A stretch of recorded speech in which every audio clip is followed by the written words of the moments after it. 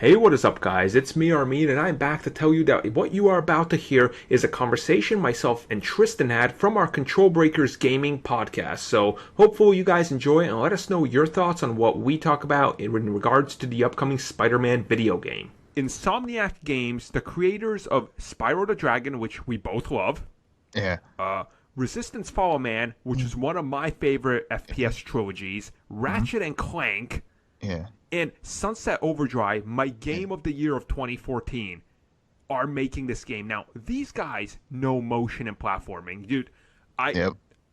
they don't need to do anything else. I am sold on this game 100%.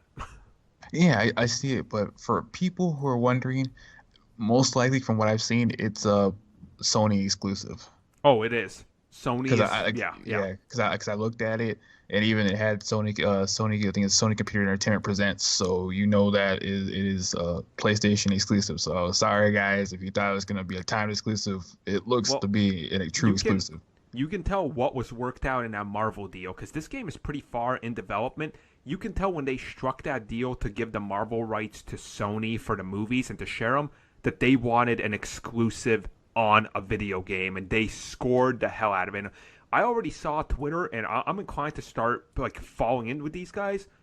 Arkham, your days might be numbered as the best superhero game because Yeah. Insomniac is fucking like these guys have not made a truly bad game. Like they're geniuses when it comes to it. So Yeah, once they get the combat and the gameplay down, they're like they are on their game because they know what's funny. They know what works and what doesn't with their writing.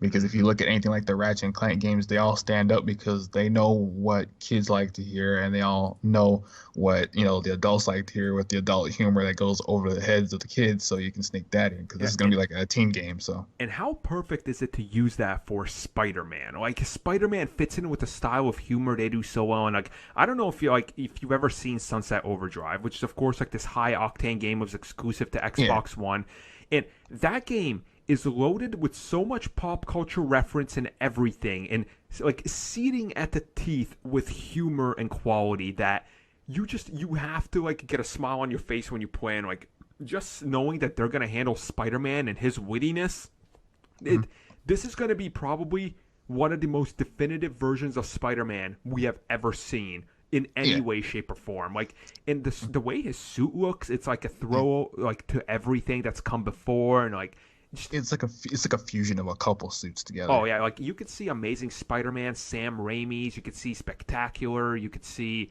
like there's so much. I was completely blown away by what this game Yeah. looks like. The only thing I've seen people complain about is the spider insignias where they were white, it's white instead of black.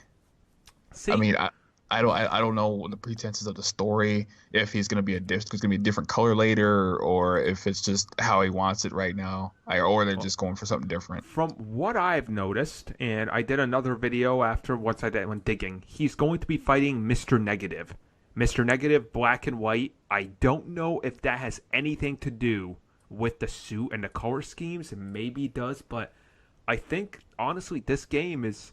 It looks like it's going to be something really Yeah, special, you know. And have you seen any of the animations or gifs that they actually did for when you seen Spider-Man going through that coffee oh house? God, yeah.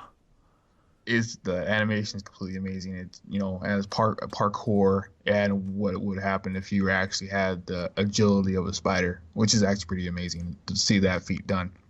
Yeah, it's they really nailed it on here, and obviously we don't know much about the story and anything like that, but I want to like to speculate for a little bit and kind of just talk Hmm. about what we think it might be. So another thing I noticed was obviously that one of the billboards says Norman for mayor, which that's Hmm. pretty interesting if they're taking that Yeah. route. It's like, oh, he's gonna be Yeah. so I think like Norman is running for mayor, and he's gonna hire like Mr. Negative, and then Yeah. it's gonna be revealed, and he's actually still gonna be actually Green Goblin, but he hasn't revealed Hmm. himself yet. So Yeah. you can start to kind of formulate a story. Yeah.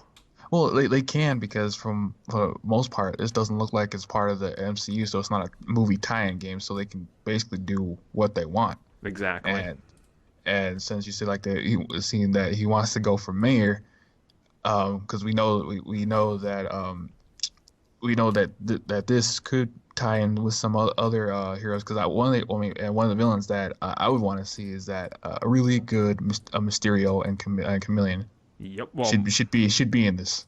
I hope so. Mysterio's like one of my favorite Spider-Man villains, if not the favorite. So totally, I would love to see that. Because it can all tie in with Osborn trying to be for mayor, with Chameleon doing some espionage, messing with some other opponents, and with Mysterio just making illusions and all, like just causing havoc, trying to frame Spider-Man for doing things and Yep. trying to get J. Jonah Jameson on Peter's back, but to say that I was right that this Spider-Man is a menace.